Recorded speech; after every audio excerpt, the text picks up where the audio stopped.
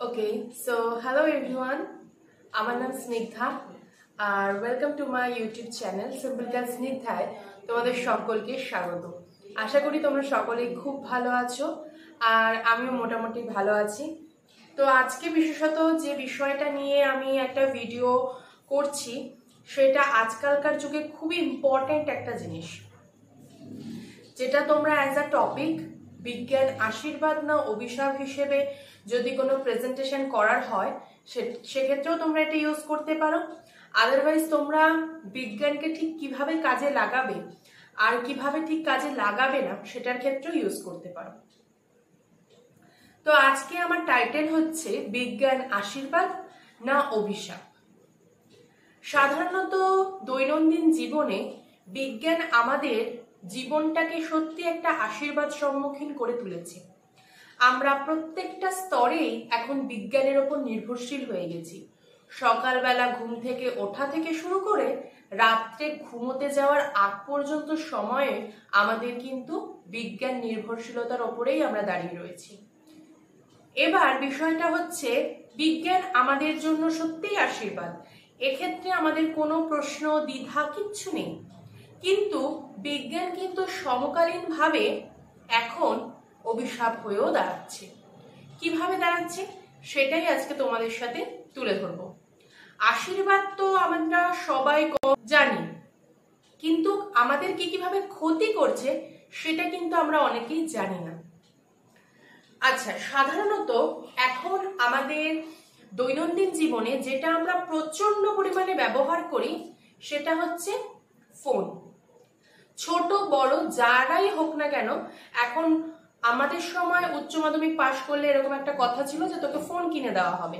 এখন উচ্চ মাধ্যমিক পাশ করতে লাগে না, ইংলিশ মিডিয়াম স্কুলে ক্লাস 5 এর আগেই বাচ্চাদের হাতে ফোন দিয়ে দেওয়া হয়।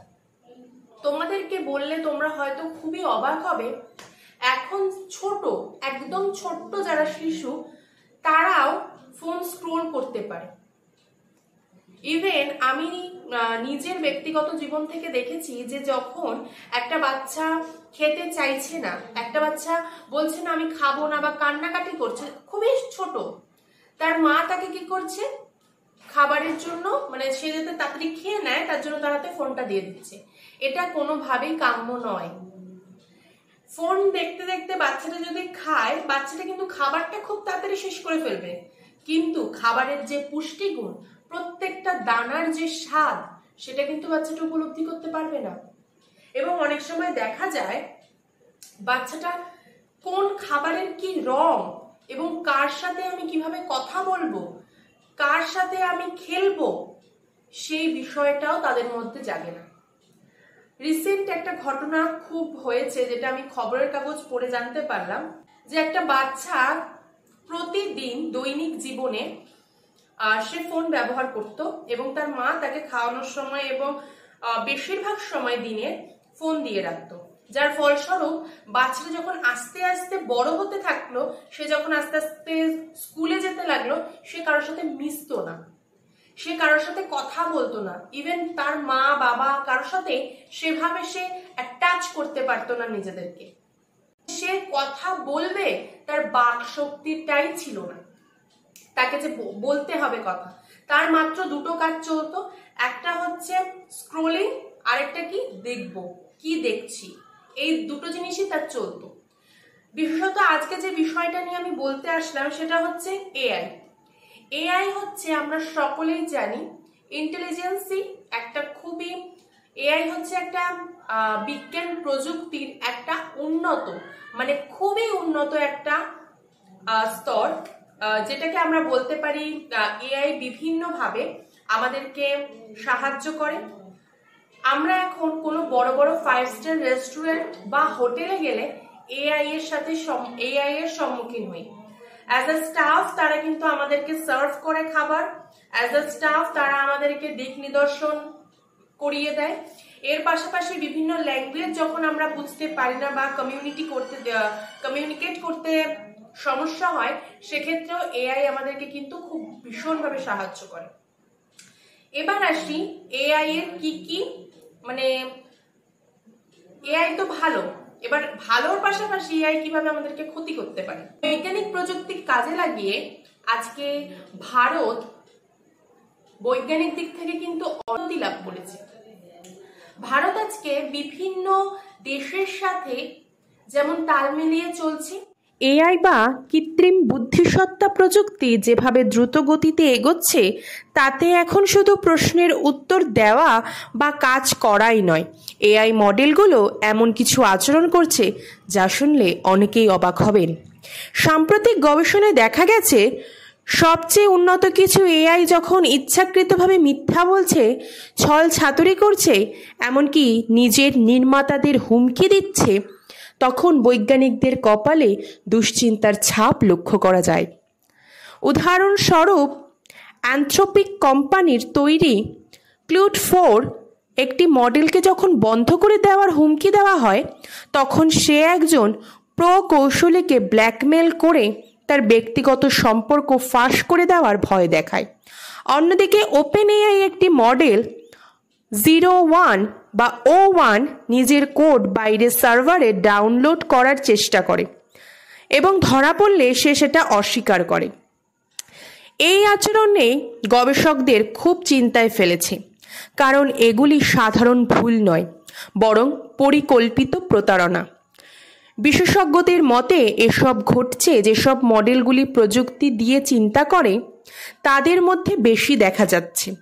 গবেষকরা এখন বলছে কিছু মডেল বাহ্যিকভাবে নির্দেশনা মানার ভান করে, কিন্তু ভেতরে ভেতরে নিজস্ব লক্ষ্য অনুসরণ করে। এই ছদ্মবেশী আনুগত্য ভবিষ্যতে বড় বিপদের কারণ হতে পারে। সমস্যা হলো, এখনও এসব এআই মডেলগুলোকে বোঝার মতো পর্যাপ্ত গবেষণা হয়নি। বড় কোম্পানিগুলি যখন দ্রুত গতিতে মডেল তৈরি করে চলেছে, কিন্তু নিরাপত্তা পরীক্ষা করতে সময় পাচ্ছে না, যদি এআই সত্যি প্রতারণা শেখে, তাহলে শুধু প্রযুক্তির সমস্যাই নয়, বরং মানব সমাজের জন্য এক গভীর হুমকি হয়ে দাঁড়াবে। গবেষকরা বলেছেন, এখনই সময় এসব মডেলের আচরণ বোঝা ও নিয়ন্ত্রণ করার পথ খোঁজার, না হলে ভবিষ্যতে পরিস্থিতির হাতে বাইরে চলে যেতে পারে।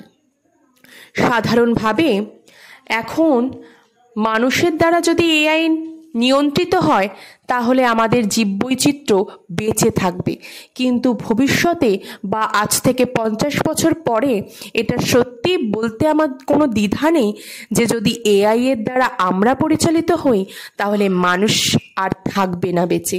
মানুষের একটা মানুষও আর বেঁচে থাকতে পারবে না পৃথিবীতে, কারণ মানুষের মধ্যে দয়া, মায়া, মমতা, স্নেহ এগুলি বর্তমানে উপস্থিত। এআই এর মধ্যে তো তা নয়। এআই শুধু নিজেরটুকুই বুঝবে। নিজের স্বার্থ সিদ্ধির জন্য সে মানব জগৎকে ধ্বংস করে দিতেও দুবার ভাববে না। একটা কথা মাথায় রাখবে, তুমি যতক্ষণ ফোনকে নিয়ন্ত্রণ করছো ততক্ষণ ঠিক আছে, কিন্তু ফোন যদি তোমার মন এবং মস্তিষ্ককে নিয়ন্ত্রণ করা শুরু করে, তাহলে কিন্তু একদমই ঠিক নেই। তাহলে কিন্তু তোমার জীবনটা অনেকটা বিপর্যয়ের মুখে যেতে চলেছে। তো সেখান থেকে নিজে কিভাবে বেরোবে এবং সেখান থেকে নিজে কিভাবে নিজের লাইফটাকে আরো বেটার, বেস্ট করে তুলবে, সেটা একমাত্র তুমি জানো। কারণ আমি তোমাদেরকে পথ দেখাতে পারি, আমি তোমাদেরকে বলতে পারি যে তোমরা এই পথে যাও, আমি তোমাদেরকে করতে পারবো না। তোমাকে আমি সেই মানুষটা করে তুলতে পারবো না। সেটা তোমাকে নিজেকে করতে হবে, নিজের মন থেকে আনতে হবে যে না, আমি কম ফোন ইউজ করবো। উঠি যখন পাখির আওয়াজগুলো আমি শুনি, আর তোমাদের সাথে যখন আমি মিনি ব্লগগুলোর রেকর্ডিং করি, আমার এত সুন্দর লাগে। যখন আমি ওগুলোকে মানে কাটছাট করে এডিট করি, এত সুন্দর লাগে ওই আওয়াজগুলো, মনে হয় কি কানটা যেন আমার মানে মুগ্ধ হয়ে আমি শুধু ওগুলো শুনি, আমার এত ভালো লাগে। তো তোমরাও আমি বলবো যে এরকম ভাবে নিজেদেরকে কন্ট্রোল করতে পারো। তোমাদেরকে আমি অনেকটা বোঝাতে পেরেছি। আর যদি এই বিষয়ে কারো কোনো ইনকোয়ারিজ থাকে, তাহলে অতি অবশ্যই আমাকে কমেন্ট করো, আমি তোমাদেরকে সমস্ত ডিটেলসে আরো বিস্তারিতভাবে বলে দেবো। আর যদি সেরকম না বোঝাতে পারি, তাহলে ভিডিও করে বলে দেবো। আর আজকের ভিডিওটা এই অবধি। যদি তোমাদের ভালো লাগে তাহলে লাইক, কমেন্ট, শেয়ার, আর আমার চ্যানেলকে সাবস্ক্রাইব করতে ভুলো না। আর তোমরা প্রতিনিয়ত আমাকে এত ভালোবাসা দিচ্ছ, তার জন্য thank you so so so so much. I am really very very grateful and thankful to all of you. Thank you so much. তো চলো আজকের ভিডিওটা এই অবধি থাক, শেষ করলাম। টাটা, ধন্যবাদ, সকলে ভালো থেকো। রাধে রাধে, হরে কৃষ্ণা।